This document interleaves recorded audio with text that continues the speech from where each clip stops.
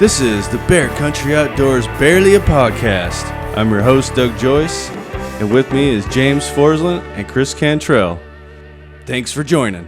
All right, well, welcome back, guys. We have a special guest here tonight, and Kris, I'd like you to introduce him for us. This is a good buddy of mine. This is Dr. Brent Thiel. He has operated on me and most of my family, and not only is he my personal orthopedic surgeon, he's also my very good friend and hunting buddy. And we just went on a trip recently, and we're going to talk about it on this podcast. A wild adventure in Alberta. It was incredible. Yeah. So we had a great time. It was amazing. Start us off. Do you want to start, Kris? Or? Well, what are we going to start off with talking about the giveaway from episode 11 that no one guessed? Oh, yeah. Why don't you do that, Doug? Okay. So on episode 11, Kris brought out some bullets, and he wanted everyone to try and guess the caliber size. So no one got that right. So we're going to continue that giveaway onto this episode.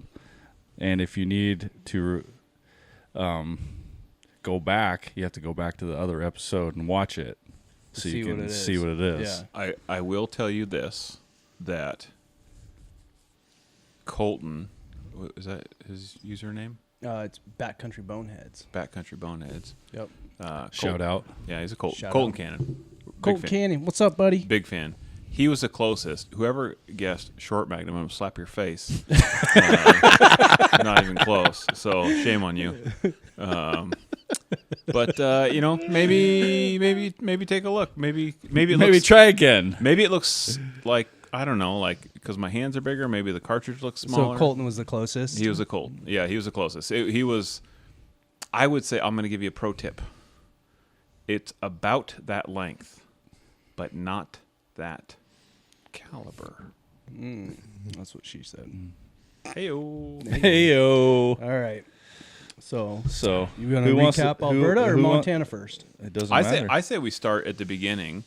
So James went first. So you yeah, wanna so start James. with I say Montana? James goes first. Yeah, let's hear about his Okay, because so- honestly, I haven't heard that much about his hunt, and I think we should start from the very beginning where he goes into That the sounds like a airport, great idea because I haven't heard anything yet. picks up tea. So and this Oh is my kinda- gosh. let's hear about it. Well, as many of you know, we are in the process right now of making a film, which is going just fine and dandy.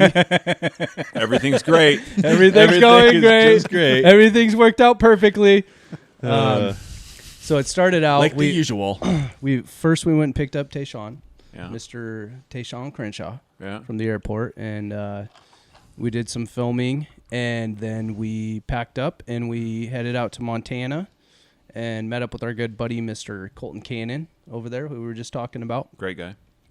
He works for Hayes Taxidermy, John over at Hayes. He's awesome as well. Another great guy. Another great guy. Lots of good guys over there. Let's see what happened the first day. The first day we get there, and weather was just terrible. We had this giant thunderstorm overnight. That was like the biggest thunder lightning storm I've ever been in. It literally was like lightning hitting the ground around our trailer, like in the woods. Like you could hear the crack of the trees. I think T hitting. told me about that. Yeah. Dude, T was so scared. He was super scared. Like, He told no, me. I swear to God, like Yeah. I was like, T, what's going on in there? And he's just like, and like, I didn't realize when at the you're time. in the trailer? This is when we're in the trailer. Dude, it was shaking the trailer, and like the lightning would hit, you'd see the flash and hear the crack at the same time.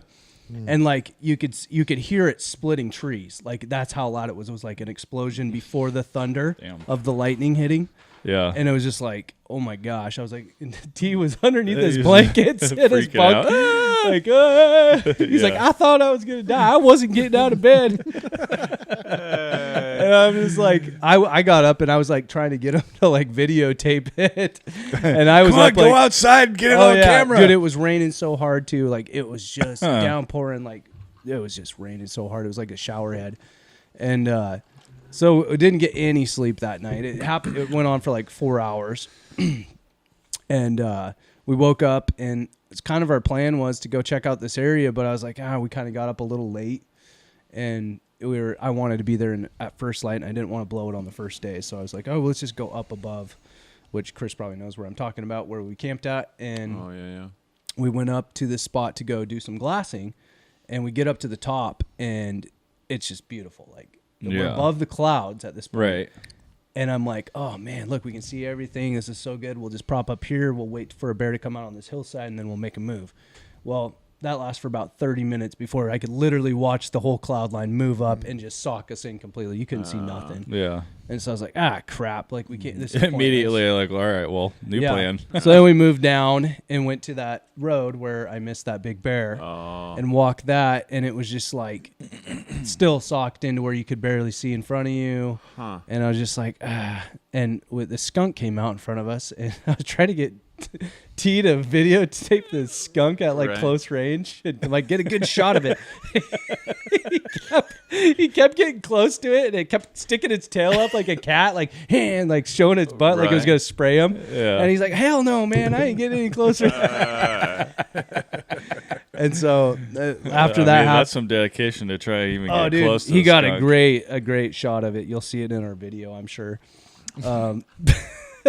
But after that, we decided we had to get down out of the fog line. So we dropped all the way down in the valley, still in the fog line. So basically the whole morning was shot. Then that night, we did a 5-mile hike, hiked into this area. We get into this back bowl, that bowl that we were watching with Colton. And not where you missed the bear, but thanks for pointing that out. For those of you who have not watched Kris miss this beautiful red bear on our last Montana spring hunt, it's on YouTube. Watch my failure on YouTube again and again. Like and subscribe. Thanks. Like and subscribe. Hey, you weren't a failure this year, Kris. You put the hammer down. Well, we'll get around to that. TBD. Yeah. So we get back to this bowl. We hiked in 5 miles, and we're thinking, dude, we're golden. Like there was no tracks going in there. I was like, we're gonna. Oh, geez, a bird just flew right into your window. A bird too. Just flew. Yeah. Wow. Holy moly, that was a big bird. That was aggressive. It looked like an owl or something. You have a spotted owl? It was a pterodactyl. Oh, jeez. Okay. Sorry, people. We're getting sidetracked here. So fascinated, the bird flew into the window. Yep. Holy moly. Dude, it almost committed suicide. So we get back in there, and I'm all jacked because I'm like, dude, it's going to happen. Like You could feel it. I was like, it was perfect conditions. There was all these glacier lilies growing all over, not only on the hillsides, but all over the road. And I'm like, dude, any minute we're going to come around a corner, we're going to bump one. Yeah. And we get in there and we get right to where it's going to be the spot. I know it's going to be the spot. And I look across the hill and I see something running across the hill, and it's like white. And I'm like, what the hell is that? And I put my binoculars up. It's a freaking yellow lab running across this clear cut. No way. In the middle of nowhere, yeah. And I look a little bit further behind, and there's 2 people, both wearing hunter orange, following the dog. They were shed hunting, and it was their shed dog. And they're going through the middle of all the clear cuts in the drain. Yeah. Jesus. In the drainage that we were going to watch. And what are the chances of that? Right. So I'm just like, crap. Like, that's basically blown, you know? Right. And so I'm like, well, let's just go work our way back towards the truck and get into some other country that was on the way in that wasn't as good. Yeah. And so we did that, and it was a gorgeous sunset, so it wasn't a complete waste. It was awesome. And so that day was shot, and then the next, so we get back, and for those of you that don't know, spring bear hunting, if you're hunting from sunup to sundown, is long as shit. The days are long. So long. If you want to be up at first light, you got to be up at 4 a.m. You got to be in your spot. And then you're going to bed at like 11, 12, 1 o'clock is, minimum 11 o'clock would be the earliest you could go to bed. That's if you get back to camp and go straight to bed. Right. So at midnight to 4 a.m., that's our sleep schedule, right? Eat a quick snack. And I blew T out pretty good on the first day. He told me all about it. Yeah. So then I go, hey, T. Poor guy. We're going to get up really early tomorrow morning. He's like, well, how's real early? I'm like, well, we got to be up before it's light to get to our spot. And so it's like, 3:30 in the morning. Yeah. So we go to bed kind of late because T likes to eat. Oh, dude. So like he'll eat until you guys go he'll to bed. eat anyone under the table. He would eat this beaver skin if he thought dear Lord, that guy can eat. Dude, he eats more than any little guy I know. Like He I don't eats know more where than he me. puts it He all. eats more than me. Yeah. I know. Oh my! He doesn't stop Dude eating. His packs it metabolism away. I don't know must how have. I don't know how anyone can do it. Yeah. So we get back and he's like, and I'm like spent from the day, and I'm like, all right, man, like thinking, oh, just grab like a couple power bars and go to bed. Right. And he's like, what's for dinner? I'm like, son of a bitch. like, I guess I have to feed the camera guy, you know?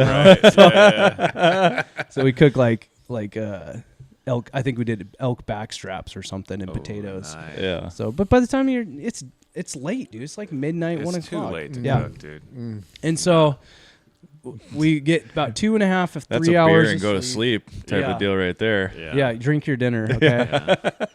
And we get up, like, T does not want to get out of bed. And I'm just like, Dude, T never wants to get out of bed. no. And I'm like, come on, man. Like, let's get up, let's go. And every morning I would come up with some sort of an inspirational thing, or usually it was a dig.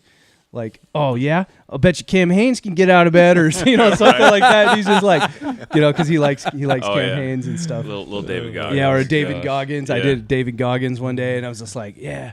I'm like, oh yeah. And then one day I was like, you know what, T? Some men can get out of bed in the morning, and some men can't.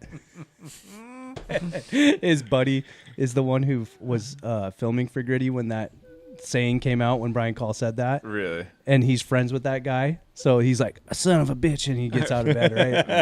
Nice. And so I finally get him out of bed, and we drive to the spot.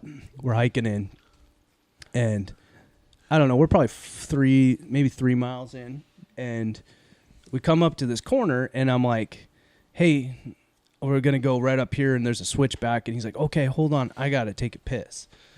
And I'm like, okay, I'm just gonna peek around this corner, because I have this thing when I stop somewhere, I want to have visual on something, so I'm not like wasting time hunting. I want to stop somewhere where I can actually look around. Where you can, you know? where it's gonna do you some good. And it's panned out for me so many times where I stopped to take a piss or whatever, and then Hashtag you just like look pro out tip. and you're like, oh, Hashtag pro tip. That's a pro tip right it there, is a pro folks. tip, That's a because great tip. you know you're not always like stopping and looking for a period of time when you're walking, and so doing that sometimes you just you see Especially if something. you're trying to gain some ground, Right. cover some ground.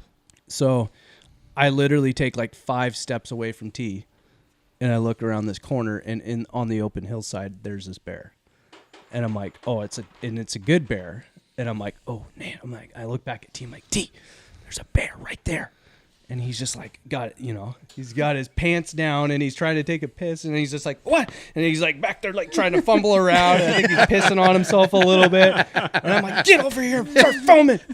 And I'm just like, he's like trying to put it away, and I think he can't stop, And I'm just like, okay, time to take matters in my own hands, like, because I don't know what this bear is going to do. You never know, dude. Bears are unpredictable, especially in the spring. Like, they move around a lot, and they're just, you never know.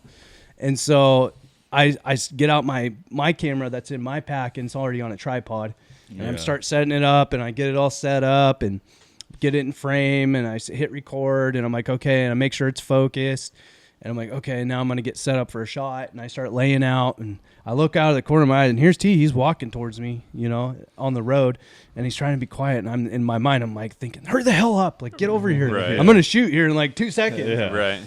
And he gets over to me, and I'm already starting to, like, laying out. I'm in the prone position. I'm using the road, which is just a old gravel road with a bunch of grass on it, as the rest to shoot uphill, and I'm off the embankment. Oh, so okay. Yeah. it's perfect setup. Right. Like, I got my bipod out, and I see the bear. Anything uphill is perfect. Yeah, it's just, it's nice when you can get in a position where you're locked in. Yeah. Like, I was able to lock my elbow in on the bank, Yeah. and I was able to use the bipod, and it Yeah. was just a perfect setup. Right. And so I'm getting adjusted. I'm doing my last little adjustment on my elbow to get locked, and my bipod wasn't all the way pulled into position.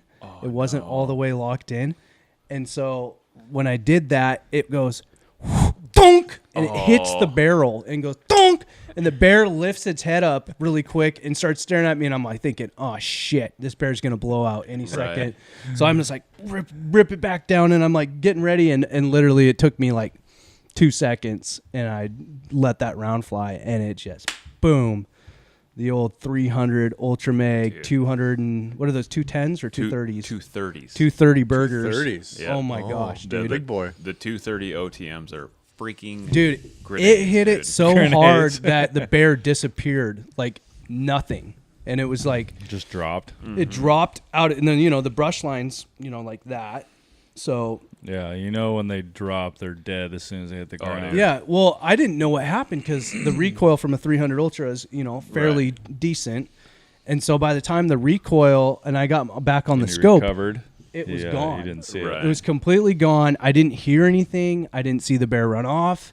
And so I'm like, T, what happened? Did it drop? And he's like, I don't know, man. I didn't even see it. I'm like, he's like, Sorry, T. Still got my dick in my hand. he's like, I'm still shaking off right here. Like, I don't even have my pants zipped up, man.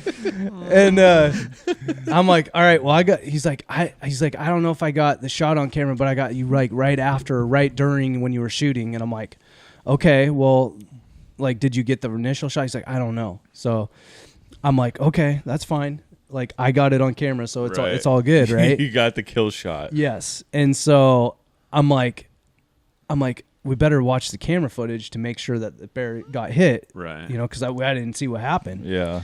And so we're watching it, and it seems like it's like 5 seconds, right? But it seems like it's taken forever. And I see it lift its head up, and I'm like, that's when the bipod swung up, Right. and then it just bam, dude, and it hit so hard, and then just like one foot went up in the air, and I was just like, he's dead. I've seen the footage, and when it comes out on the film, Oh my gosh, dude, it's gonna be good. it was super cool, I'm- and it was a good Good bear. work, Jim. Yeah, I'm PB and jealous on that, dude. It's friggin' super good. Yeah. So Great then footage. after that, I called Colton because it was the only spot on the mountain that actually had cell phone service, and I'm like, hey man, we got this bear down. It's a pretty nice bear. If you have a second, if you want to come up and help us pack it out, that'd be awesome. If not, it's no big deal. We'll deal with it.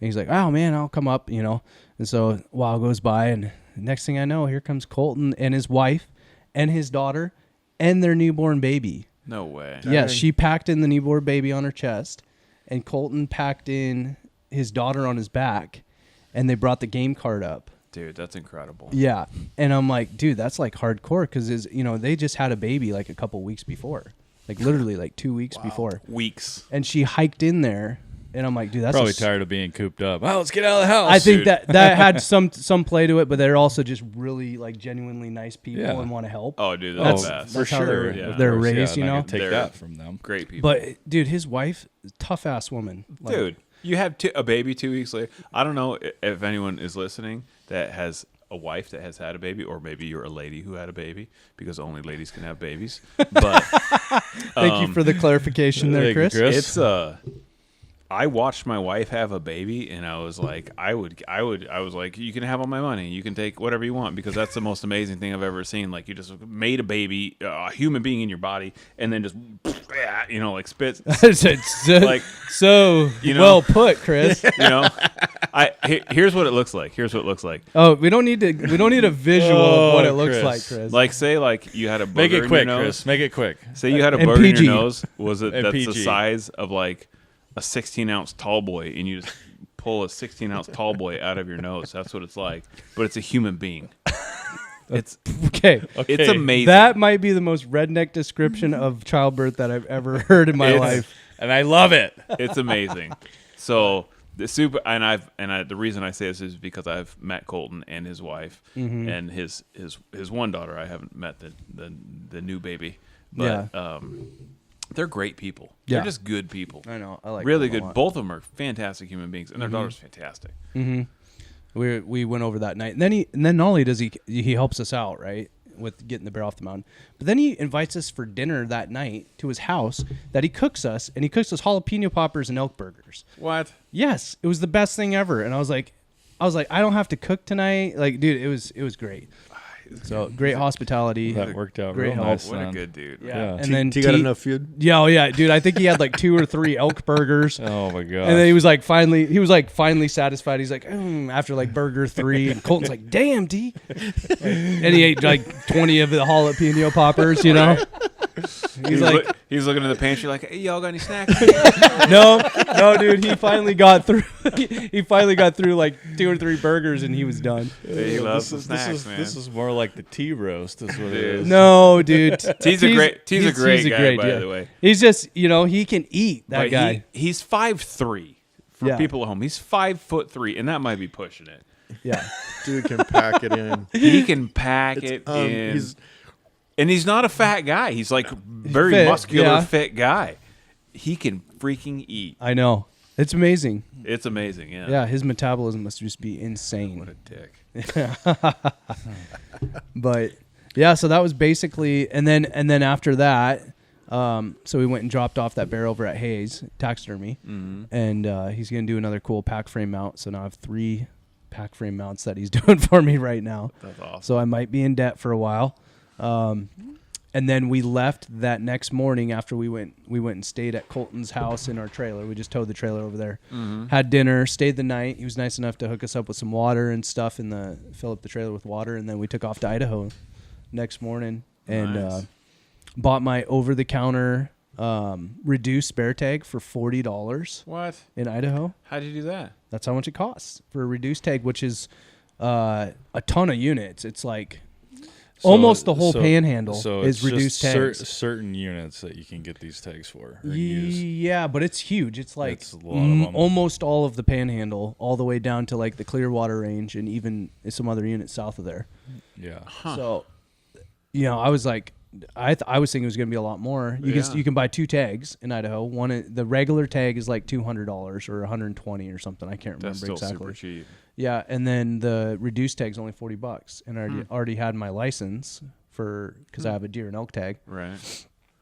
So we kind of just like we literally flipped a coin at one point. I was like, well, we can go hunt this unit over here, or we can go down to this unit that I heard is decent from a few people. And I was like, I couldn't decide, so I was like, we're gonna flip a coin, and I flipped a coin, and we ended up going down in the Clearwater, and it was a whole different kind of hunting because they can bait in Idaho and they can hound hunt in Idaho. And we ran into both. So it was like we ran into a lot of guys with hounds. So those bears, you can imagine, are Right. pretty shy to stay around the roads. Probably pretty consolidated too. Very consolidated. And they're not coming out in open clear cuts and stuff because, I mean, if they get caught out in a clear cut, they're just like, Right. they could just run them, So Yeah. So It's they're like, that's definitely easy, they're just like, definitely hiding in the shit. yeah. So we hunted for 3 days. We didn't see a bear. And then I jumped out of the back of my truck as we were getting ready to leave on the 3rd day, and I landed on a stick. It was like underneath this tall grass, and I rolled my ankle so bad I thought I broke it. I heard it pop, and I was just like laying there in the tall grass, rolling around. And I'm like, ah! and T's like, what the hell happened? And I'm like, my ankle! Don't look at me! Don't film me. So I rolled around for a little while, and then I just got up and started walking. He's like, "Is it broken?" I'm like, "I don't know. I'm like, "Let's go." So we get in. I mean, if you're walking on it, it ain't broken, Jim. When I say walk on it, I mean hobbling very Hobbling poorly. on it. Yes. How's it feel now? Now it's almost back to normal. Okay. So- you're good. Yeah. cowboy. No, it was just a bad sprain. So then after that, we had plans to go hike in this area, which was 5 miles one way through snowdrifts. And I was like, dude, we're still going to hike it. So I hobbled my way through all that stuff, through the snowdrift, ended up on this steep face. And at one point, I was going through a snowdrift, and I looked behind me, and T was crawling in the snowdrift, falling down over and over. And I thought for a second, oh, shit, I'm going to kill this guy. Right. Because it was steep, and at the bottom was a huge pile of rocks and like cliffs and rock slide. Yeah. And, T's from Texas. He's a flatlander, man. He's Yeah. a flatland guy. He doesn't know that, if I slip and fall on this snow and I can't stop myself and I slide down to the bottom, I'm going to die. Right.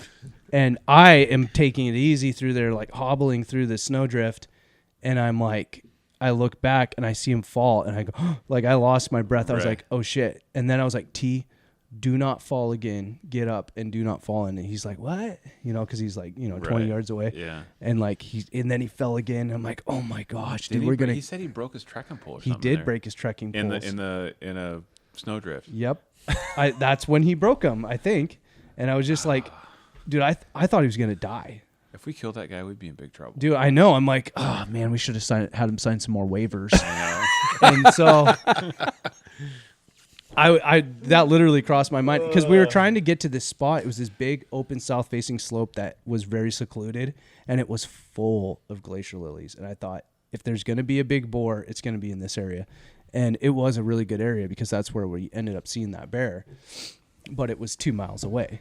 And it was like, so we hunted there for a while, and I knew that we had to get out of there before it was dark. Right. Because I was like, I don't want to be going through blind in this spot I've never been, in through snow drifts and on cliffs and all that in the dark. So we had to, kill a cameraman. That wouldn't be good. It's not good exposure for us. Yeah. So we worked our way back a little earlier than normal, and we're coming back, and I'm literally coming down this mountain in this beautiful, beautiful spot. It looks like The Sound of Music, dude. It's like rolling flowers. Really? And like, oh, dude, it's gorgeous. The sun's setting. There's like literally peaks all around us.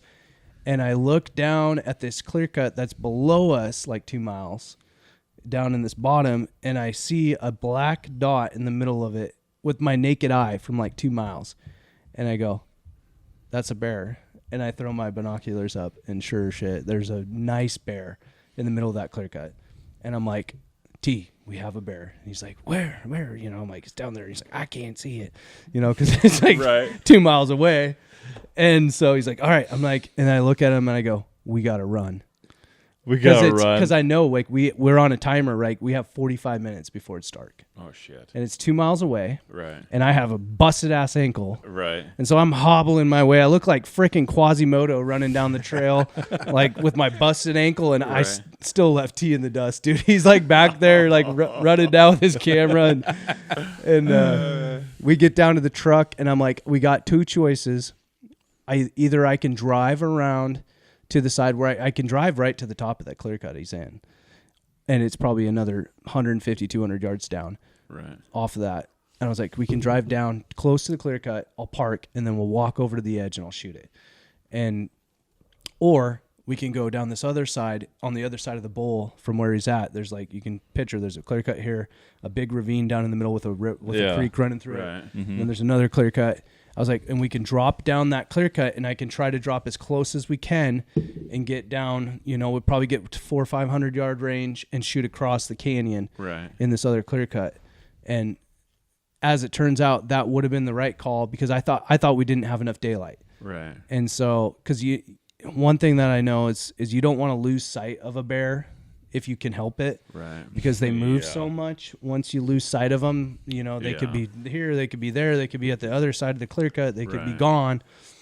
And so I made the call to drive around, and we got around, and we get over there and looking down in there, and we realized the clear cut's one of these. It's down, but it's like this. Oh, it's got a big hump in it. It's got a big hump in it, and the bear's on the lower side. Yeah. Couldn't see on that side. If it would have been another 30 yards up, we could have. Mm-hmm. But from where it was, we couldn't see, and I don't even know if the bear heard us or whatever. And then I had this bright idea. I'm like, wow, this bear is probably not very smart. Maybe I can call him out, you know. Right. So we tried to call him out, and we couldn't get him to come up, and so that was that. And we left the next morning. We could have stayed one more day, but I had a bunch of family stuff going on at home that I needed to take care of. So we had to call it one day short. Otherwise, I think I could have killed that bear if I had one more day. Probably could have staked him out from the other side and killed him. But you think he went anywhere? No, I think he stayed right back in that nasty hellhole. He had a creek bottom down below that was thick and nasty. Right. He had clear cuts on this side. He had clear cuts on this side, and they're all secluded. So the only way to see down in that clear cut is from the top of the mountain that we were on, that we had hiked into. So yeah. He was a smart old bear. Yeah. He'd probably been ran by dogs a bunch of times, probably hit some baits, you know. Yeah, I'm sure that the bears out there are incredibly smart. Oh, if they're getting run. Yeah, dude, people are having a tough year in Idaho this year. Pretty much everyone that I've talked to that's hunted Idaho has been having a tough year. A lot of people didn't tag out at all. So I at least had one opportunity and learned a bunch. If they're all getting run around, you know. Yeah. They're going places where no one goes. All in all, it was a good learning experience doing that in Idaho and testing out some new areas. It was still a success. Dude, it was a great success. I had a really good time. You know, me and T had a blast, even though it was just the two of us. Yeah. You know, and got real cozy in our little trailer. The new trailer. The new trailer that I bought for hunting, it was actually pretty nice. Chris spoiled me with his trailer, and I didn't want to go back to sleeping in a wall tent. So Brent and I slept in a wall tent for a week. and after that first storm, dude, I was so glad that I bought it. Oh, dude. There's a reason, I'm taking my trailer down on the bear hunt this weekend. I was just going to say, speaking of, we should move on to... Let's transition. My story is over. Let's hear what happened with Alberta. You guys transitioning to... Do you want to go Alberta, or do we want to go...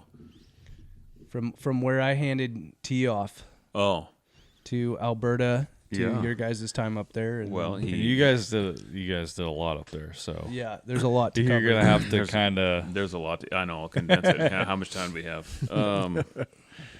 Like a medium speed, I would say. I would say that. So, I got our son a couple days early. That's T. So he drops him off at the house. And I have like a ton of stuff you gotta do. I had a ton of stuff, So I had a ton of stuff to do in the gun shop. I know you called me and you're like, Doug, I'm still doing stuff and I still haven't packed. And I'm like, you're leaving tomorrow, buddy. Yeah. And classic Cantrell. Full to tilt. the wire. Full tilt like a Peterbilt, man. Yeah. And so like I made him go show houses with me. I made him like pack stuff out to the gun shop with me. Nice. Put him to work. Yeah, I was just like, dude, we got shit to do, Right. Which worked out good because it's a partial documentary, right? Yeah. And then I was like, oh, don't worry, you can like put all this stuff together, like on your laptop. He's like, I don't have a laptop. I'm like, all right, let's go to Costco. Got a laptop. I was like, we're going everywhere, right? Yeah. And then I'm like, hey, all the guys are gonna be here at 5:30, something like that in the morning. And so Brent shows up, my dad stayed the night, and then Leon came over, we were taking his truck, and then T was here, so we had 5 guys driving up, right? And then Matt was flying up and gonna meet us. So Leon dumped his trailer off here. We put all our coolers in there, a bunch of our gear, because you can imagine, like, 5 guys for a week, it's a lot of gear, and you got to bring. So we're staying in they have wall tents up for us, but you got to bring bedrolls and sleeping bags and clothes and pillows, but in like where we were going, it was like there was like. I know it was almost like tundra, some of the spots, and it was like marshy, boggy, like. Yeah, I so can believe you it. needed rubber boots, and then you needed like camp shoes, and then you needed like hiking boots, and like all this stuff, and we'd never been, right? Like, this is the first guided hunt that I've ever done. I know Brent's done like one kind of semi-guided type hunt for bear before, but like this is the first time for me. So I'm like, okay, like what do we bring? Not trying to bring too much. And then Matt was flying up, so we have all of his stuff. And so we load the trailer up and go up. And then I'm worried. Most of the guys are bringing bows, but then we had guns, and then get to the border, right? So those of you who don't know, Canada loves guns. Yeah. Thanks, Trudeau. Trudeau's a big fan of guns. Big fan. Yeah. So we get up to the border, and I'm like, well, hope you guys cleaned your buttholes, because it's about to get real interesting. And it wasn't bad. Really, it wasn't bad at all. Did they put you guys through a search? Oh yeah. So you tell them you have firearms, right? And then they're like how much money do you have? If you have so much money, so like the and it's X amount of Canadian dollars, right? Not American dollars. So if you have $5 in your pocket, you got to declare it, right? Because that's like 10 million Canadian. Right. So we pull over. They rubber glove us, right? I think you're thinking of pesos. Yeah. The other border there, buddy. Yeah, it's like $1.36 Canadian to $1 American or something like that. Yeah. But still, it's a lot. It's a lot. Yeah. So I feel like I'm rich. So we pull over, and they're like, just go in. We show them our passports, and they're like, hey, we're going to open up the trailer or whatever. And then we're not allowed to go out, right? So we're just in there, and we're just like, this guy's just... you're sitting in the little waiting area, and they're going through all your stuff. Yeah. Okay. And we're like, it could be we have a lot of stuff, so it could be a long time. Could be a long time. And I'm a little worried, just because like, I don't know, you're just worried when you have guns and you have all your shit in a country that hates guns, right? Right. Trudeau hates guns because he's an absolute piece of shit. But, yes. I've never heard that before. I've never heard that either. Cherry on top. I hate that guy. I hate his guts. Anyways, the guys were super nice to the border. Super nice. Yeah. Like, and this is on the Canadian side. So these are the Canadian Border Patrol? They get it. Yeah, they get it. Yeah, and so we go through, and they're like, "Hey, mostly blue-collared, normal guys." They were just super nice. Well, most of Canada is. I mean, it's kind of like here. Are you sure about that, Doug? The Great North? The degens from up north? The guy. Well, I will tell you this. Maybe the guy, not from Quebec. the guys at the border. So the guys in the box, right? When you first drive through, and then you pull over, and then you go into this room or whatever, and then there's guys like behind the counter, and they're taking your paperwork and all that stuff, and all of them were like, they weren't like, hey, you guys want to have beers later? But at the same time, like you would think, Well, like, it probably helps that you guys were all like 6'5", like giant dudes. Like they probably wanted to be nice to you guys. they so were they just didn't- super nice, and I was pleasantly surprised, and it was funny because we're leaving. except for T. Yeah, except for T. He's like, I know they were like, but They he were does like- jujitsu, so who's this tiny little guy over Yeah. here that you're bringing in, you know? But they were super nice, and so we're leaving, and so Leon and I both had firearms, so we're over there doing our firearms paperwork, and the rest of the guys brought bows, and so they're like, they give us our firearms paperwork, and then one guy's like, hey, what do you guys do for a living? And I was like, uh-oh, like, why is he asking this, right? yeah. And Leon's like, oh, I'm a I own a construction company, and then I'm like, I look at the guy and I go, I build cops for guns. I build cops for guns. And he's like, what? I build guns for cops. I build guns for cops. And he looks at me and he's like, yeah, we can't have those here. So anyways, have a good day. And I was just like so nervous. You're you know? like, what? Okay.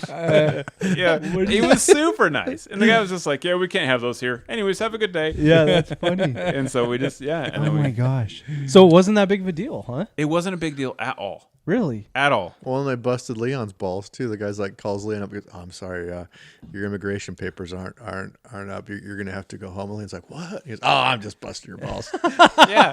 How funny is that? Because It he's did that to That him. is too. awesome. That is pretty Leon. funny. and he's the guy because he had a Dewey like 300 years ago or whatever, you know. Yeah. So you would think that like, He was sweating bullets. oh, I was sweating Yeah. bullets for him, you know. I'm You're like, like, oh no. I mean, it was like 20 years ago or whatever, but still, like, Right. we could Yeah, have hung because up. Canada, they don't allow yeah. that. Yeah. And the guys were super freaking nice, yeah. Yeah, Nice. they were very Yeah. nice. And we had a great drive, honestly. Like if you've never taken, so we went up. We're in Stanwood. You imagine driving up I-5, go through Bellingham. We didn't go through the Peace Gate. We went over to Sumas, right? Mm-hmm. And then we go up, and then from Sumas you go to Edmonton, and we drove through Jasper. I think it's National Park, right? Yeah. Jasper National Park. It was incredible. Spectacular. I mean, I've it never is- been up through that. Oh man, just Yeah, the it was granite peaks going straight. I mean, just I went through there a long time ago with my parents, and my dad said that that's probably one of his most favorite places. It's stunning. it's Yeah. unbelievable. Yeah. It's I mean, it makes incredible. Yellowstone and Glacier kind of look tiny. It was so big. Really? It was Yeah. huge. So Yeah. big. It was. I was I shocked. would really like to go back. And my It dad was- always talks about how he loves Jasper. Yeah. It was beautiful. We saw. Unbelievable. There were sheep in the middle of the road both times. Yeah. We had everyone slow down because there's Bighorns? Yeah, big Yep. ones just Nice. standing on the Yep. road. Licking the salt off the road. Oh, Yeah. Nice. Yeah. That was crazy too. Boy, all the cars are rusted out up there, by the way. Yep. That's It's Canada, Canada, dude. dude. I Because was there's so shocked. much salt on the roads all the Dude, time. rusted out. Yeah. Oh yeah, Yep. 100%. I've seen like Yep. brand new Tundras, like 2-year-old Tundras, completely like Just the fenders roached. rusted out. Yeah. Yep. It's because of all the salt on the roads. Yeah, They we- salt them constantly. We saw moose on our drive. We saw bears, black bears on our drive. We saw some deer. We saw all Where you're kinds like, of what's our tag good for? stuff. Right? Yeah. Yeah. It doesn't work that way. We You don't have our gotta- tags yet. You Yeah. gotta have an outfitter, right? Yeah, it was but That's the, the one the, downfall. the drive, I really enjoyed the drive, like even though that we were like packed in there, you know. So what was the big city that you were close to then? So the first time, so we drove up, we weren't meeting the guy till the next day, so we stayed. We're gonna stay in Edmonton, Yeah. but we stayed just north of there in Fort Saskatchewan, Yep. and great little hotel, and like we went across the street and had dinner and beers. Montana's barbecue. and, yeah, Nice. yeah, and Huh, no kidding. it was great. Yeah, I had a really good dinner. It was really good. Yeah, it was So you guys drove straight through to up there before you stayed the night? Yeah, so we weren't meeting them till like noon the next day or something like that. So we were trying to figure out like, okay, so from here we drove to Fort Saskatchewan. It's probably like, I don't know, what was that, like 15, 16 hours or something? Yeah, like 14 or 15. And so like, Yeah. I mean, obviously you got fuel stops and pee stops and snack Yeah. stops for tea and Yeah. stuff like that. Everyone's got to get out and stretch their legs. Yeah, I mean, Yeah. I got my 70-year-old father with us. Like he's got he's got to pee every stretch the 100 old miles. fake knees and Pretty fake good though. He hips. did and- pretty good though. Oh, he did Really? great. Yeah. Oh, your dad's like a war dog of the road, Oh dude. my god. Speaking of, I got a story about that. All right. We're getting there. So we stay there. We go up the next morning. We meet the guys, and Matt is already in camp, right? Because he flew into Fort McMurray. They pick him up at Fort McMurray, bring him up to camp, and so we're going on this dirt road. And he's like, "Hey," he just drops me a pin. Meet me at this pin, and I'm like, "I have no idea. I've never been on a guided hunt, right? So I don't know what to expect." So we pull up, and it's just like wall tents off the side of a gravel road. No way. Swear to God. That's what it is? Yeah. Yep. They just put some wall tents outside, and I was like, "Oh, you got like a lease here?" Or he's like, "No." And they just like, What? swear to God, Dude, I envision like you guys pull into this big grandiose. It looks like Camp Colloqua or No, something, and you no, guys got nope. They just It's a oil rig road, gravel road. Yeah. Just no kidding. yeah, Yeah. and the owner works for the oil company just right down the road, so I think they just picked this spot. But they did run a shit ton of baits, like Yeah. a bunch of baits. I want to say they had like 40 baits or something. there were 11 guides and they had 45 bait sites. Yeah, I mean Like it's working their ass off. it's a lot, dude. Wow. Sounds And, like a lot. Holy moly. So the one owner's dad was like quite possibly the most interesting man in the world that ever. He was the highlight of my trip, I think. Yeah. Yeah. I mean, besides hanging out with my dad, this guy was incredible. Yeah. And like he comes to camp and he brings like this. He was a chiropractor, right? This guy's name was Kurt. Kurt. Okay. Yeah. We're calling Kurt out. He's never gonna listen to this, by the way. Great guy. Yeah.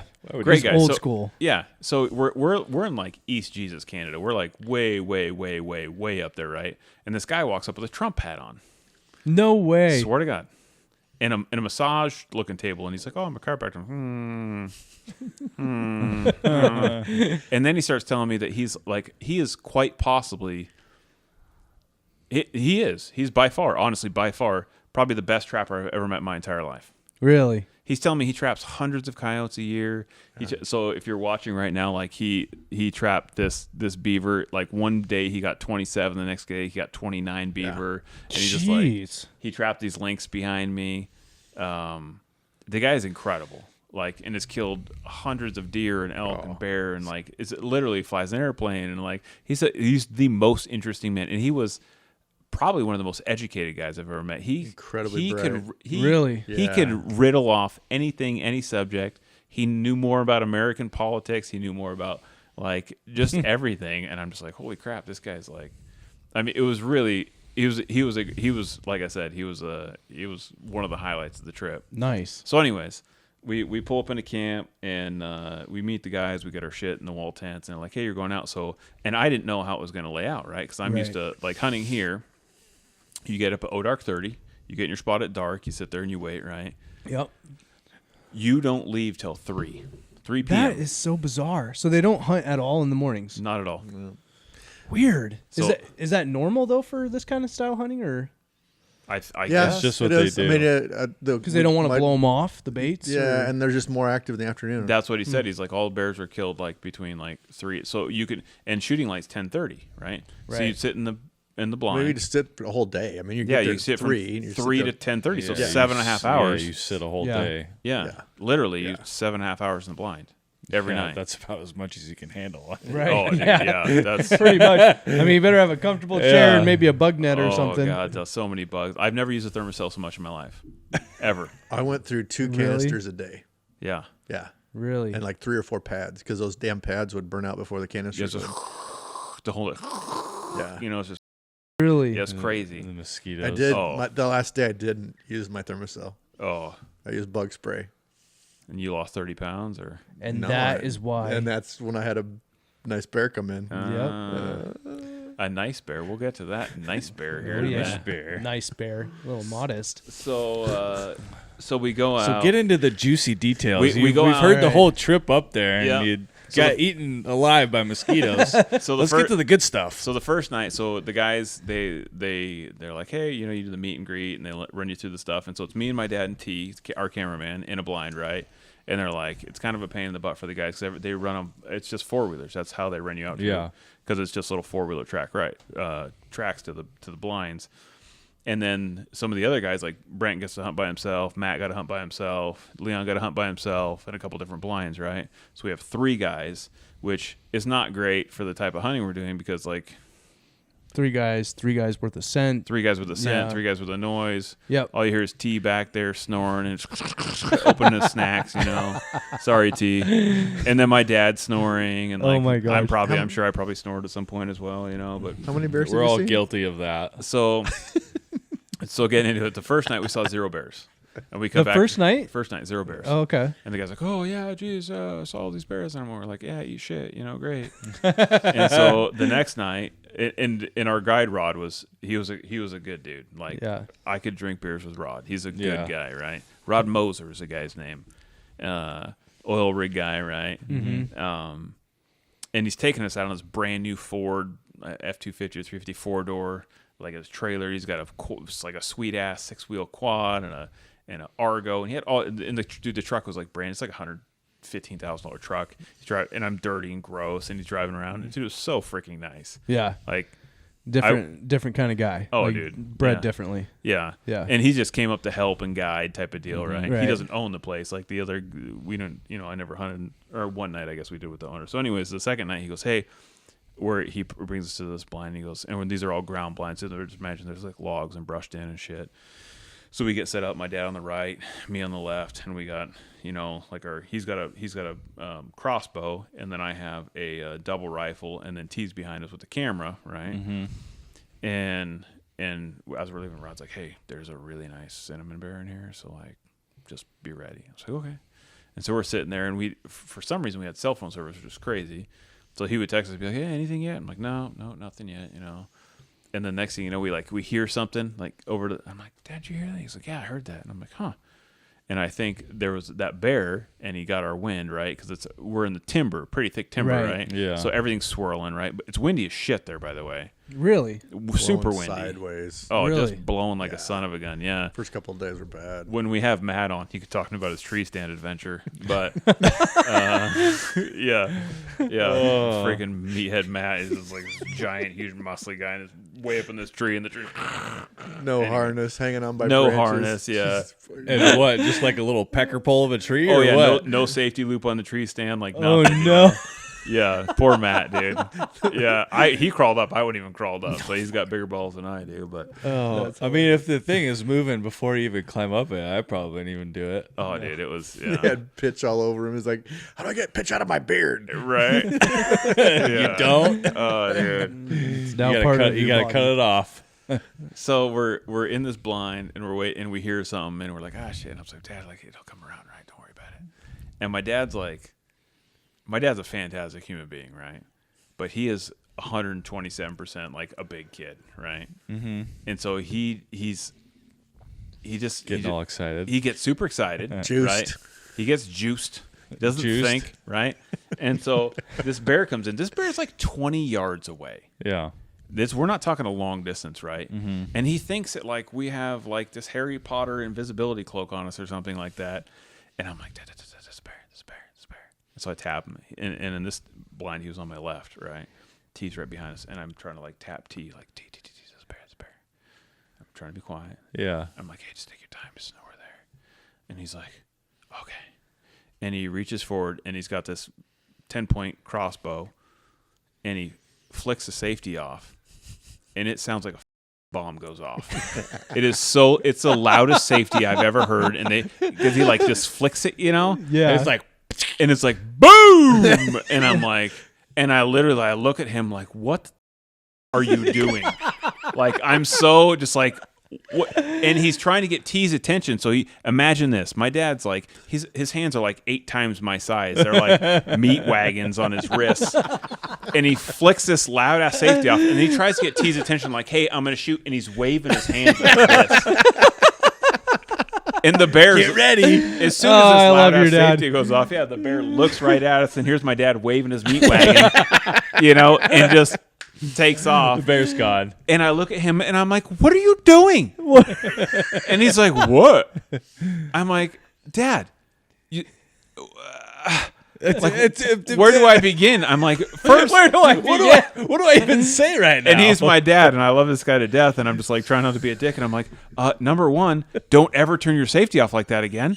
And number two, why are you waving your hand? And he's like, do you think the bear saw me? Yes. And I'm like, oh God. Here's your sign. Oh my gosh. So I'm furious, right? Which is dumb, right? This Because- is the first time I'm hearing this too, so this Yeah, is me this- too. This is glorious. So I'm like, it's my dad. The whole point of me going on this trip is just like hang out and get some quality time with my dad. Yeah. I'm like, don't be a dick, Chris. Like, 'cause I take this stuff right? Yeah. I take it very seriously. I right? know you do. Way too When seriously. Probably. when you're in the zone, you're in the zone. I'm in the fucking zone, right? Yeah. And here's the deal: like when I get in the zone, like when I'm by myself, there's a reason that I have a whole room full of dead chicks. So when I get in the zone, like I am a fucking murderer. Like that is facts, right? When I'm by myself, no one's stopping me. Like I am killing shit. That is it. And so I'm like, okay, where's this? Okay, it's all right. It's my dad. I love him. I love him. He's a great guy. This is only what? This is the second day? Second day. Yeah. And It's so only day 2. and so the bear and it takes off like a streak, right? Immediately because I'm sure that these bears know. And so I they calm just down, don't care. And I'm like, I go, hey, Dad, hey T, we're gonna have a little powwow. and I go, okay, this is how we're gonna do it, all right. And I show my dad like how to turn his safety off real quiet. And I'm like, you're not gonna move your hands. The bear can see us. We're gonna be real quiet. And same with T, because so unfortunately, now not to knock T, because he didn't have a chair. Oh, he didn't have a chair? The guy didn't bring him a chair on this time. Oh, my So he's gosh. laying on the ground. So even though he's not a big guy, but when he gets up, laying on the ground? he's laying on the ground on his phone, like Yeah. playing his Ninja Stars or whatever he's doing, right? Mob control. What is it called? Mob control. Oh, there you Mob go. control. Yeah. He knows. Brett knows. He knows. But when he gets up, I spent 18 hours in the car with him. I know what game he's playing. so there's some movement, right? When the guy has to stand up and turn the camera on. So I'm like, hey, but if you could just trying to be, because he's not a hunter. It's not his fault, right? And I didn't. I mean, he hunts, but he just got into it. Like He's- he's a baby in the hunting world. Yeah, right now. so I'm like, hey, they can see us, like we need to be and hear you. You got to be quiet and you got to move slow, right? That's very Yeah. important. Yeah. Their eyesight's not that great, so if you move slow, they're not going to see you. But if you get up and just, Yeah. they're going to see. If you wave your meat wagon, they're going to see you, right? Yeah, they can hear, they can smell, and they can it's not kinda like see. the blind. I'm sure where you're looking through is open, right? Yeah. So it's not like an So enclosed it's not blind. like an enclosed blind. No, No. it's like we have 2 logs in front of us and some sticks, and it's a ground. It's not a ground blind. It's like just It's, a little it's box. half of a fort. Yeah. Okay. Yeah. All right. Yeah. So Yeah. we got a half of a wood fort. Yeah. That we're So in, any right? fast movement at all is gonna. We're give it- wide yeah, open. Yeah. Yeah, Yeah. we're wide open. They're going to see us. So we have that powwow. My dad's like, all right. And he like practice to turn the safety off super smooth, super quiet. Yeah, He's you just like, you he's just got it grip down. it. yeah, right? you just got to hold it. I mean, the problem is his goddamn fingers are so big, like it's just like a little pencil that's sticking out. Yeah. My dad's pinky's bigger than my thumb, so he's got these huge giant pork sausages hanging off his meat wagon. He's trying to turn this thing off, and I'm like, Dad, just hold. I'm like, just Come on now. Yeah, just nice. so and he easy. does. It's super quiet, and so we're sitting there, and freaking 30 minutes later, I'm like, Dad, that's that bear. But the bear knows now, right? That you're He knows. It's there. like there's something going on, right? Yeah. So imagine we're sitting in this ground blind, and there's just a little bit of rise, and then it goes down. Elevation probably drops maybe 2 feet, comes back up, and it comes in the blind. And this is all within like 20 yards, right? Yeah. So the bear comes out, and you kind of see him like, you can't see the bottom of his belly, but you can see like a couple inches up, and then up to the top of his back, right? So he's walking. He comes in from the right to the left, and he's walking. I'm like, there he is, Dad. Just take your time. So my dad is the king of trigger happy, just bang, bang, bang, bang, bang, squeezing it. I'm like, hold on, just wait. He's gonna come in. And so he walks across. He doesn't squeeze. Perfect, Dad. And the bear stops, and he kind of comes. He's coming from the left, but he knows he's looking. All you can see is his ears and his like snout up, and he's looking at us, and he's like, "What's over there? What was that noise?" And that big. That big giant white thing waving in the hand. Is there some food in there? Yeah. So, and then he starts coming towards the blind. Towards the blind. And then all of a sudden, like, I feel my balls shrivel up. And I'm like, uh-oh, I should get my gun ready. Because my dad has a crossbow, you know? Yeah. And so I'm like, I get super nervous. Yeah. And then I'm frozen. I don't want to move, right? Because I want to blow it. Blow it out. And my dad's kind of reaching forward, and he's got his crossbow. And he's got his hand on it, but there's like, I don't know, 6-8 inches between the end of the crossbow and his shoulder, right? Yeah. And I'm like, okay, what's he going to do? And this bear just walks straight at us. And there's 2 little tiny trees, probably like 8-inch alders right here, right? And the bear's kind of, there's no zero shot whatsoever. And he kind of stands up behind those alders and like looks like, what's going on over there, right? Mm-hmm. And I'm like, oh God, what are we going to do, right? And I'm thinking, like, I'm going to have to, like, grip this gun real quick and shoot if this thing tries to come in the blind and eat us, you know? And then because my dad's shooting his crossbow, and he is, but he's on it, right? And Yeah, I'm thinking, he's like, ready to go. He's ready to go. But it's again, he's not on it. He's like, he's got a hold of the crossbow. He's about to pull the But it's trigger, not but he's not mounted. It's not shouldered. His cheek, there's no cheek weld. There's no none of this, right? He's just got his hand on it, this giant white hand on this little tiny crossbow. And I'm like, okay, all right, what's this bear going to do? And then the bear walks around and comes up and starts to come up that little rise and stands up on his back legs and just looks at us. And you see this big, like, blaze on his, and it's a stunning cinnamon bear. Like, the color on this thing is freaking beautiful, right? Yeah. And at this point, we're like 12 yards, right? I mean, he is close. And I'm like, and I'm trying not to move my head. And I look to the left, and my dad, like, in my periphery. And I'm like, what is he going to do? And again, imagine 8 Still inches. not mounted, right? Still not mounted. And all of a sudden, he just goes, bang! And shoots his crossbow. It's not anywhere near his shoulder, by the way. And he shoots, I swear to God, and he shoots this 400 foot a second bolt or whatever through this bear, hits the bear, right? Yeah. Standing straight up. Yeah. The bear was standing up? Standing straight up, looking at us. And I'm just like, and I'm trying to, like, look at my dad, and I'm looking at my gun, and I'm kind of looking at the bear, and so I'm doing all this at the same time, and I'm thinking he's not going to shoot because he's not mounted to his crossbow, right? Right. Yeah. And he just, boo, shoots. Lets it go. And I'm like, but the bear just rips off. And I'm like, it was, you could tell, like, he Hammered him. hammered the bear, right? Yeah. Look like perfect right in the chest, right? But the crossbows go so fast, you cannot see that bolt. And it's Right. that doesn't have a lighted knock. No. Yeah, Right? He needs a lighted knob. It just goes Yeah. bang and it's gone. And you hear the bear go tearing off. And I'm like, oh, we're freaking out. We're high-fiving. And it's super Yeah. exciting, right? And I'm like, oh, my God, it's so exciting. And then I text the guy, and I'm like, oh, we just shot a bear. And then, so he comes out, and he's like 30 minutes out, right? So he shows up, and he's like, where'd it go? And he has this, like, sweet-ass 450 lever action. Like, our guy's a freaking cowboy, dude. Yeah. You know, and he's like, all right, let's go track this bear, you know? And I'm like, okay, it shot it here, and, like, we're tracking blood. And then we get, like, 25, 30 yards in the woods up this hill, and these, like, little tiny pecker poles, like 1-inch pecker poles, right? Mm-hmm. And I'm like, what is that? And there's this, like, wad of shit on the ground in blood, right? And I'm like, but it looks really weird, right? And I think I've shot enough animals to realize, like, what, like, oh, that's guts, or that's a hunk of lung or Yeah. liver, or so. And I'm looking, I'm like, what is that? So I pick it up, and it's this big stretchy shit. And at first I don't realize what it is. I'm like, that's weird. So we keep walking, we track good blood, right? We track it up the hill. We come to this old cut road. We come back around this cut road. We come all the way down this, and at the bottom of this cut road, I find another wad of this shit, this weird white stretchy shit. And this time, I look at it and I stretch it out, and it's caul fat. Oh, no. So those of you listening who don't know what caul fat is, well, around your intestines, there's this kind of like sinewy bag of like thin fat, Yeah. Yep. right? But it's like this elastic type garbage bag, and I'm Yeah. like, oh no, he hit it low. Yeah. So what happened was he hit the bear like below the diaphragm, Just a In little low. just a little low, Yeah. and hit it. And I don't know what is up with those broadheads, why it would mess the caul fat up like that, but somehow like It hit like below the liver, right at the top of the guts, and there wasn't a bunch of guts in there, but there was caul fat in there. And there wasn't a ton of liver blood, right? So when you're looking at the blood, you're like, like liver blood's like a more typical. But there was a good blood trail. But it was a pretty decent blood trail, right? And so I'm like, okay. I wonder if it's because you center massed it right here, I and think the so. fact that the wound's on the bottom of the cavity as it's running away. That's that's where the blood's that could going be to too. drain out. Yeah. At.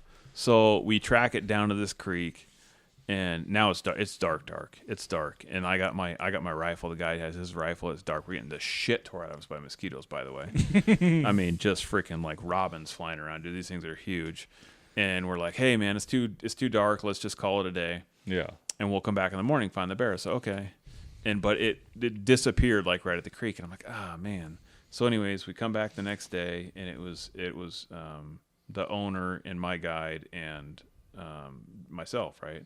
And so we're doing circles, and I'm like, golly, like, where could this bear go? And I'm like, during this creek, he thinks he went this way. I'm like, well, I'm going to go look in the timber up this way.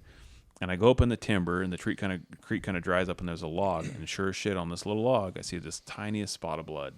And I'm like, oh, guys, he went this way. And so, again, this is my first guided hunt, like minus Africa. So I'm trying to be a good client. And me usually being the guide, I'm like, I just want to go and find things and kill stuff and do it my way, right? So I'm like, there's blood. And so I got to stand there and just like wait for the guys. And it was really hard to not be in charge and do the stuff the way I want to do it. But anyway, so I got to wait for the guys, and they come up. And anyways, long story short, where I found the blood, the bear was like 10 yards up. That was it. Really? So he's like, oh, the bear's right there, right? And was this the first bear of the trip? So it was my dad's first bear. Matt had shot 2 bears. 2 bears. Was it that night? Yes. This Matt shot was 2 bears that on night. Day 2. Yeah. So your dad and Matt he both was shot ready to bears go. on that. Yeah. So Matt wore his killing shirt. Yeah. So and that's it. When we have Matt on, it's going to be great. So we got to call Matt Deuces now because he shot 2 bears in one night. Deuces. Yeah. Nice. And he's a big deal. He's a big deal. I got to order him a trophy and all sorts of stuff. He told me I had to do that. Whoa. That's what he told me.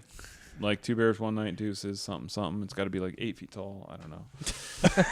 But Did he have a few soda pops when he said that? no, I think that's pretty typical Matt. Oh, Pretty okay, typical Matt. all right. No, that's Okay. straight. That's sober Matt. Yeah, That's sober Matt. he reminded me when he came over here the other day. Picked some stuff about the trophy. Yeah. So, but long story short, we find my dad's bear. Everything was great. He was obviously super happy, and I was super happy for him. It was a super exciting moment, Mm-hmm. And T got it all on film, right? He did it. That was probably his best camera work. Was that first bear, and he went exponentially downhill from there.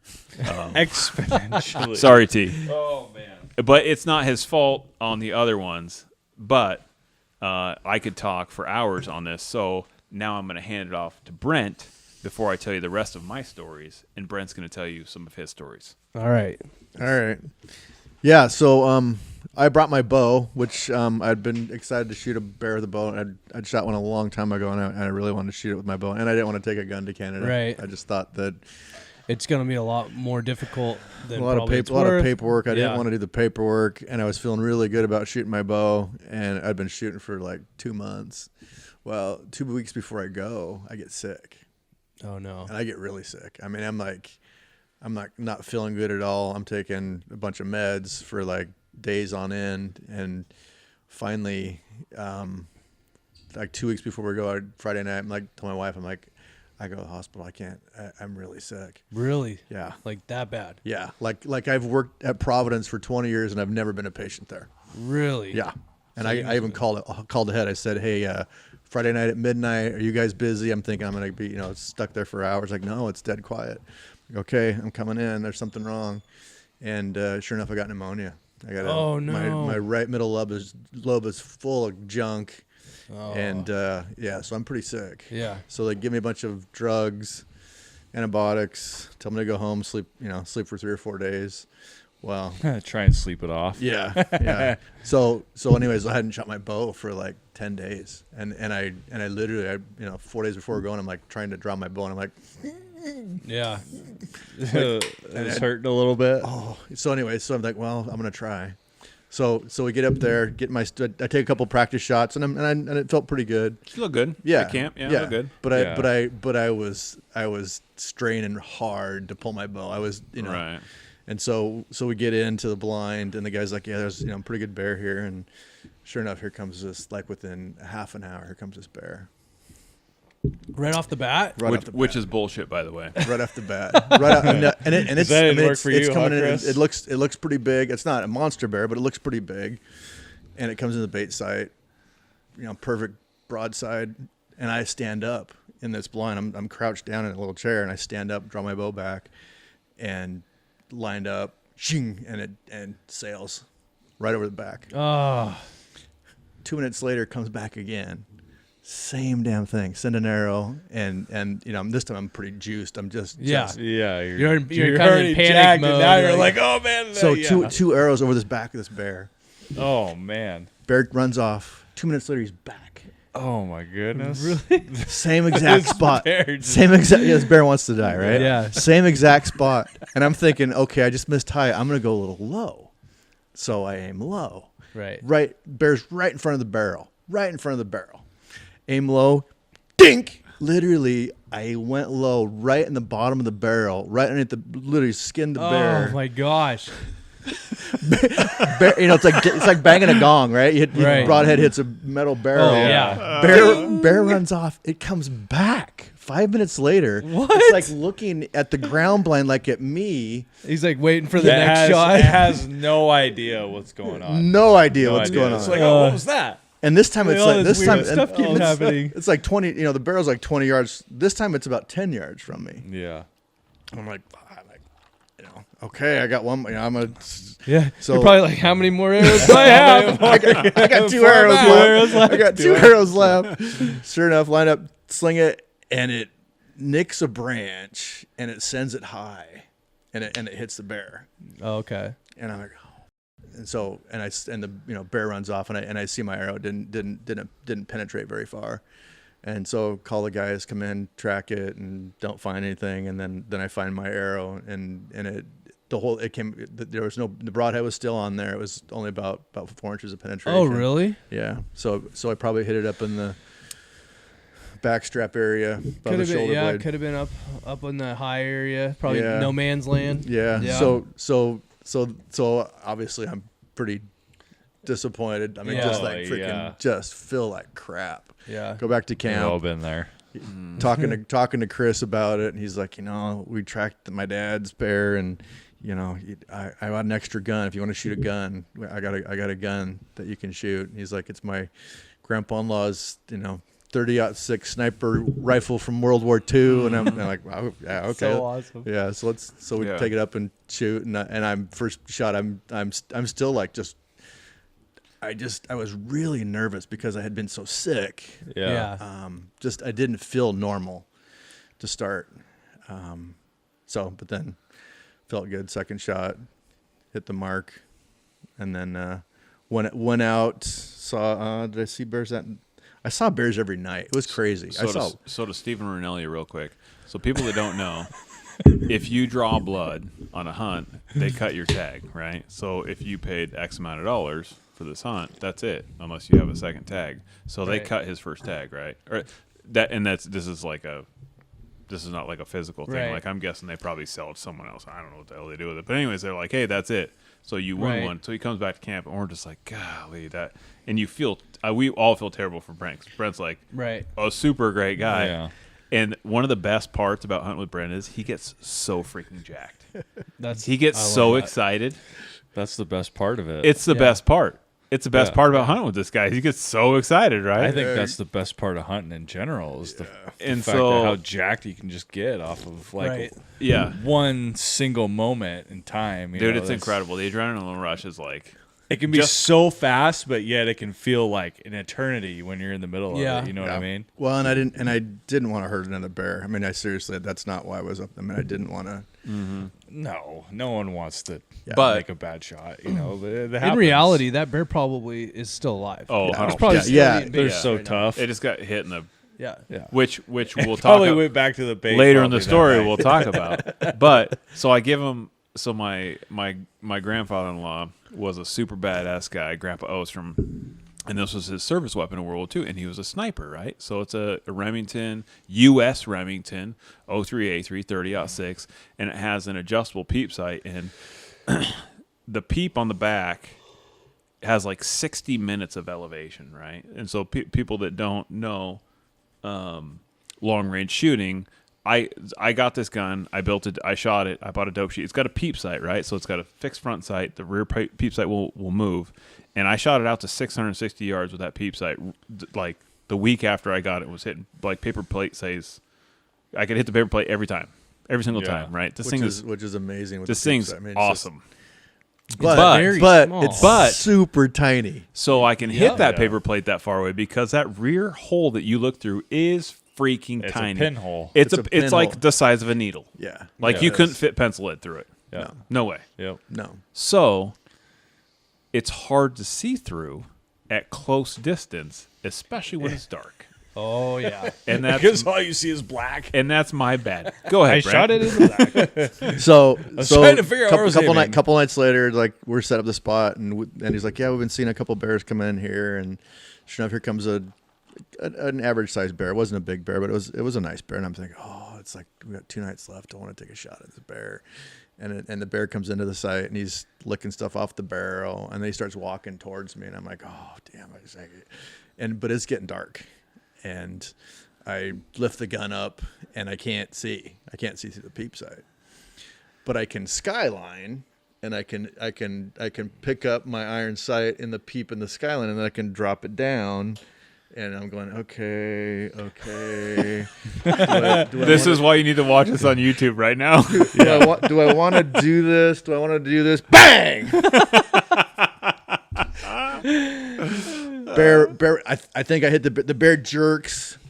Yeah. Runs off. Well, I didn't know, but there's literally 20 yards away is the thickest, nastiest woods that. I mean, it's like over the peninsula. Just things just disappear in it. It's like if you don't know where you're going, you can you. I mean, it's you never be found Big again. nasties, yeah. Don't find any blood. Calling the guys, they come in. So we're and no bear. And I'm feeling sick, and they're like, "Are you sure you hit it?" And I'm like, I'm pretty darn sure. And they're like asking about, because they knew it was a peep sight. I'm asking, how did you know you You're like, well, there was the skyline thing. Skyline, and then I just kept doing this thing, and yeah. man. So, second tag. There goes my bear hunt. oh no, Yeah. So, 2 days to go. Was that? Yeah. Yeah. 2 days to go. So I'm at camp, and I'm like, I don't know what to do. And I told the guys, I said, so you don't even know for sure what happened with that second bear. never found sign. I heard it crashing through the woods like a maniac. Oh yeah, that could be anything though. Yeah. And then 2 minutes later, I heard some more crashing going a different way. So didn't hear him.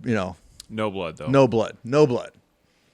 So I'm sitting at camp, and I talked to him when I shot that first bear. Like, if that's my bear tag, can I just sit at that blind? And if that bear comes in, I know where it got hit. Can I shoot that bear? And like, well, that's it's hard. It's obvious. It's hard to tell. It's hard Right. to. They don't want to hurt another bear, and so I'm texting Chris. I'm like, what do I do? Like, well, talk to them. Well, they were just taken off and left, and I just felt like crap. And then Adam came and talked to me and said, well, we can get you set up again, but it's a third tag. Yeah, so they're just going to make you pay for another tag. Correct. Whether it's a third tag or not, Yeah. that's Yes. Yeah. Yes. Yeah. Whether I hit that, I mean, so in my mind, I'm thinking, well, you got to first prove bear's probably alive still. Yes. Second bear probably Who still knows? alive. Yeah, Probably could missed be. or Correct. who knows. Correct. So So you could be 0 bears dead and into your third Yeah. tag. Right. yeah. Yeah. So I'm like, okay. I mean, I'll keep panting to play. I mean, if that's what I got to do, and You're already and I'll up be- there. You're already up there. Oh yeah, I'm like, I'm not What are going you to gonna sit in do? camp Yeah. and twiddle my thumbs and woe is me. Yeah. So that night, went out with Adam's dad, Kurt, like Kris said, the most interesting guy in Canada, and just a super cool guy. And so we sat in the blind and talked and saw sow and cubs, and a couple other small bears. Didn't shoot anything. Yeah. And then final day comes around, and it's like, okay, this is it. You know, if you want to go out early, we'll put you in the blind early, like at 11 o'clock, and you can sit all day. Right. And we get to this blind, and there's a bear already there. Oh, And really? And this bear's like at the barrel, like waiting for his dinner, waiting for his dinner to be served. and Sam's trying to get this beaver up in the tree, and this bear's really close, and he throws a jar of peanut butter at the bear and hits the bear in the head with a jar of peanut butter, and the bear runs off, and the bear comes back, and when these bears are, and they're conditioned, it's like it's kind of like their feeding station. Yeah. Right. So I'm sitting there, and I'm sitting there, and this little, we call him the prick, because he climbed in the blind once and got pepper sprayed, and he's trying to get the beaver, and I'm like, I don't want him to I want that bait to stay there all day, and so I'm snapping sticks, I'm throwing rocks, I'm snapping, and so I got to the point where I could snap my fingers, and he would stop. Oh, okay. He'd look at me, and he'd come back down and kind of wander around, and I did that 3 times, and I could get him to stop. So I'm doing the little bear training. After the 3rd time, he's like, "No, screw you, buddy. I'm getting this beaver. I don't care how much noise you make." So he crawls up, and he gets a couple bites in the beaver, and then he runs off. And then a sow comes in with a couple cubs, and lots of activity. So pretty, cool watching the bears work. Yeah. She gets half of the beaver and runs off, and the cubs are in tow. And then I'm sitting there, and it's like 3:45. And I look off to the left, and here comes a bear, and it's a lot of brush, so I can't tell how big he is. And he walks down, and he clears the trees, and the barrel's laying on its side. The other bears have knocked it over, and his body is as big as the barrel. And I'm like, oh my, that is a really, really, really big bear. Yeah. He sniffs the barrel, and then he turns, corner away, and like he's gonna leave. Right. Yeah. And I don't remember if I'm sitting down, if I'm standing up. All I do is I grab the rifle, I flip the safety off, and I'll put it up, and I touched one off, and he, reached behind to snap at what hit him in the side. Nice. And no sound, not a peep, dead silence, no stick breaks, no moans, no nothing. I'm just like shaking, like, did that really happen? Yeah. Yeah. Did that really happen? And call the guys. And they're about 40 minutes away, because they're spread out miles, all over the place. It's like, okay, we'll come in, and so Sam brings his dad in, tell him what happened. Can't find blood, can't find the bear. So we're starting to grit out, starting to look, and this small little bear, he's got his beaver in the woods, and he's like 10 feet from me, and he's like popping his jaw at me, and I'm like, I'm like trying to get this, I'm looking for a dead bear, and this little bear's gonna attack me and eat me, but yeah, it was crazy. So about it. So they're calling. It truly was a rodeo. So Sam calls his brother Ad. It's been about an hour, and I'm exhausted. It's super hot and muggy. I'm drenched. I'm down in Gatorade. And I go back to the bait site, and I look down. There's 4 drops of blood. Nobody saw the blood. And I'm like, hey, blood. What? That's a whole nother story. Oh, jeez. It wasn't right where I shot. Well, it was close to where I shot him. But 4 drops of blood, and then more blood, and then more blood. Well, there's this little patch of grass that nobody walked through. And it was kind of over a little knob. And if you didn't go right up to it, you couldn't see. And sure enough, right on top of that knob, 30 yards from where I shot him, was a dead bear. Oh my gosh. Yeah, and then the screaming started. Yeah. The hooting and hollering. Oh, Yes. Oh yeah. Oh, I was jacked. Oh, and Kris is talking to Kurt afterwards. Like, did Sonny Brent get excited? And Kurt's like, I've never seen somebody do that. Right. Oh, it was quite the release of adrenaline, and just. We walk up to it, and you walk up to bears, and usually they shrink as you get closer. Yeah. And this hog was bigger. Huge. I mean, I laid down next to him. I picked up his paw, and it was like a freaking grizzly bear. It was so big, big old head, missing teeth. Yeah. Yeah. It was What pretty a roller cool. coaster of emotions. I mean, It Oh my was. gosh, for It a was. week, for a week like that, to be able to keep your composure Yeah. and to be able to bring one home. I mean, Yeah. that's tough. Yeah. A lot of people would quit. Yeah, a lot of guys And to would be be like, able to screw it, just- I'm ready to yeah. head home and just be Yeah. done. Yeah. Like, Yeah. kudos. Put their tail. Yeah, for sure. Yeah. Kudos. That's a hard one. It's a hard one to swallow. And that bear is like Matt shot one that was like all tore up and scarred up. Yeah. And so Brent shoots this bear, and I don't even get to see the bear, right? And I'm just hearing the story. And then they tell me, they're like, oh, yeah, he shot a big bear. And I'm like, oh, right on.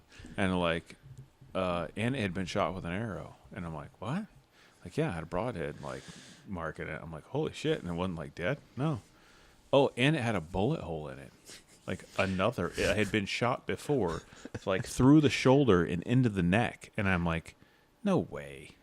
Like, bullshit. Yeah, so we're taking pictures, and he's got this wet spot on his back, and it's like nowhere close to where I shot him. I'm like, what is that? And I start pulling the hair back, and there's a 3-angle perfect arrow shot going right into his mid back, wow. right into his back strap, hit his spine, but there was no broadhead. It was gone. And then we're playing around with him. Like, I can't find my entry hole. I know he was quartering away. I know I punched him on the left side. Can't find the hole. And I find a hole in his front shoulder, same side. Yeah. There's a big hole here. And then I'm like, and then we start skinning him. And sure enough, there was a gunshot from this arm up into his neck. That was probably, I don't know, maybe a week old at most. Wow. Yeah. Tough. And then Brandon, our taxidermist, calls me. Well, Brandon Flansburgh at Stuffed Taxidermy. Fantastic guy. He goes, hey, I was caping all these bears out because they leave the skulls in right there in Canada. So we come back and he capes them out and he's pressure washing them and cleaning them up for us. And he goes, I'm pressure washing Brent's skull. And he goes, there was some black stuff on it and I couldn't get it off. Well, Brent had showed me a picture of his bear. And it's got two, like you can imagine a bear, like the big ass canines, right, on both sides coming up and down, right? And on one side, they're completely gone. Not wore down. Gone.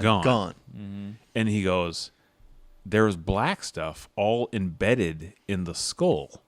And I'm like, what do you mean black stuff? He's like fragments of bullet. He goes, someone shot this bear in the face. What? And hit it in the teeth. And blew the teeth out. and blew the freaking teeth out. No. I swear to God. way. So this bear had been shot twice because it was an old wound. It was super old. Yeah. He'd been shot in the face once. This is a 50 cent of bears, dude.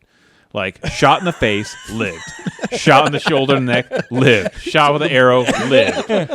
I'm like, no freaking way. He's like, yeah. And here's the kicker.